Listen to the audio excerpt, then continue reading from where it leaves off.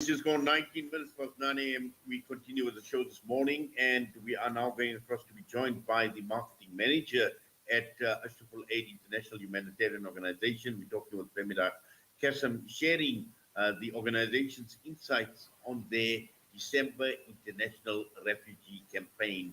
Sister Femida, Assalamu alaikum wa rahmatullahi wa barakatuh, and welcome. Wa alaikum salam.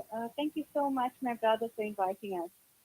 Yes, wonderful that you are able to join us this morning. Now, let's start off by talking about the December International Refugee Campaign, Femida.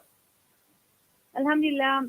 So what we at Ashraful Aid we're doing at the moment is that we putting together hampers for families in Syria, in Palestine, and in Yemen and in Afghanistan. So the hampers include basic grocery essentials that we are arranging through other organizations abroad to have sent to destitute homes and homes for the needy that require these hampers. So they only cost like 600 rand, and for the month they at least assist a family of 4.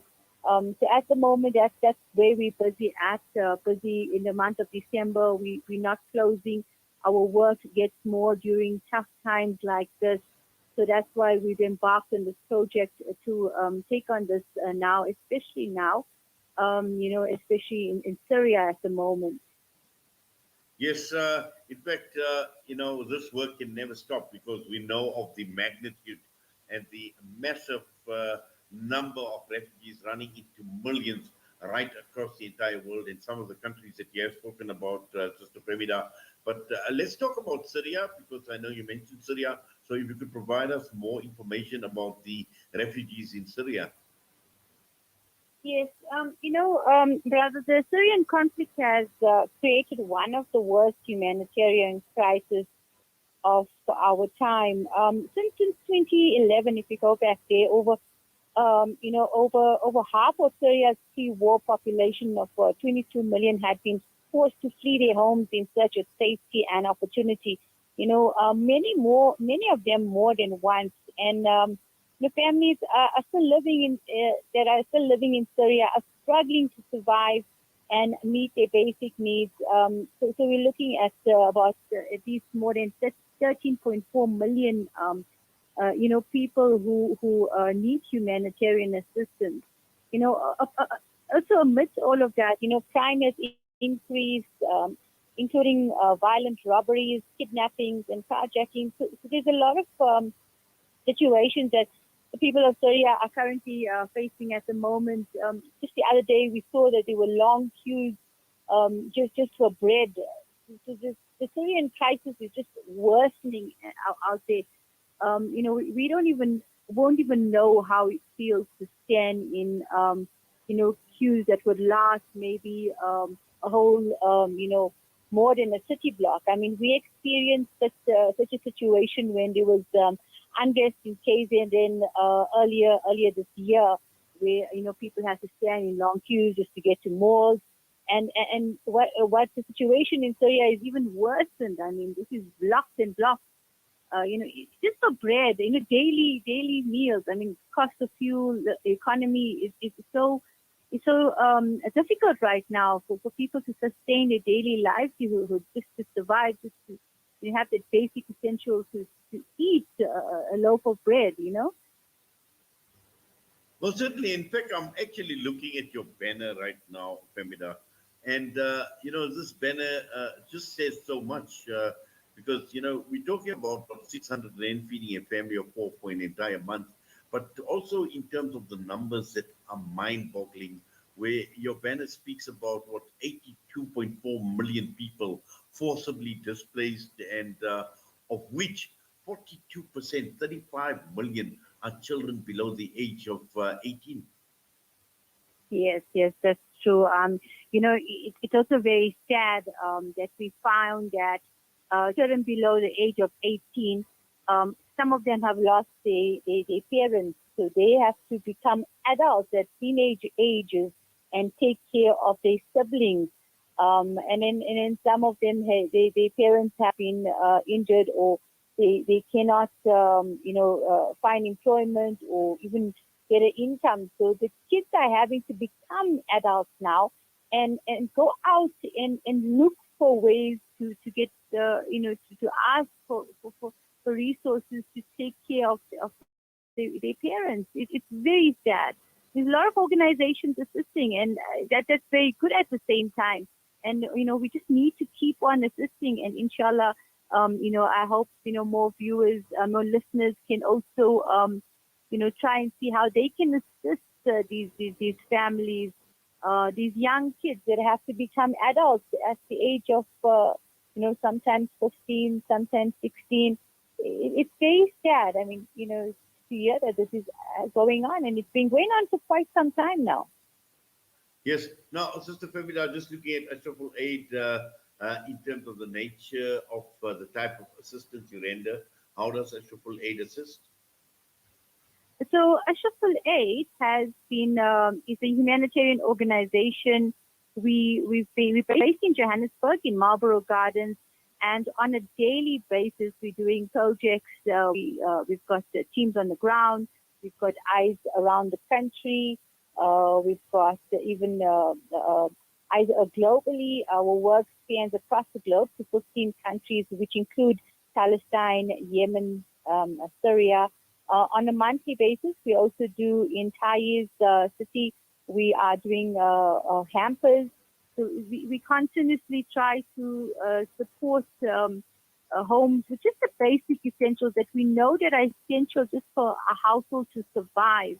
We're also busy, very, very busy here in South Africa with nationwide zakat distributions. We've done over about 12,000 zakat distributions this year just for South Africa. And this is amid providing the COVID meals to halal meals to patients in hospitals at the Baragwana and Joburg Gen. This is amid also doing the distributions in areas where there's disaster relief required. So we're very much aware of what is going on. We also get people calling in, people messaging us directly on different of our platforms and the urgent need for food. It's grown, it's grown so much, especially now that we see a lot of people losing their jobs. It's just grown phenomenally.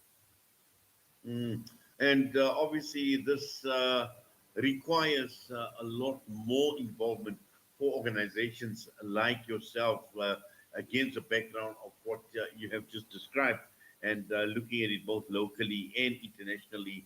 And apart from this big campaign, the refugee campaign that you are running in December, are there any other campaigns that you can tell us about, Femida? Yes, my brother. Before I go to the campaigns that I mentioned, you also mentioned that it requires a lot for us to do this work. Yes, definitely. We need lots more resources. We need more assistance out there from business owners, donors. If they can support us, inshallah, we can give more. Volunteers, we constantly depend on them. They are the pillars of strength within Ashraful Aid, where they come in, they volunteer their time, they assist us. So there's a lot that's required here in South Africa and abroad. And so yes, the other project that we are currently working on at the moment is we're collecting stationery funds. It's about 250 rand for a stationery pack to assist primary children for next year and high school children, for those that cannot afford, for their families that cannot afford to pay for their stationery and their school bag. We're also busy with this campaign. We'll be posting everything on social media by next week, where we're talking about pre-loved school shoes. So if you or any of your family members or anyone you know that has, gone to school and they're tired of the school shoes and, or they've just outgrown it, instead of it lying at home, please just, people can drop it off by the Ashraful Aid offices. We have offices in Marlborough. We have offices in KZN, in in Cape Town and in Lenasia and in Azadpo.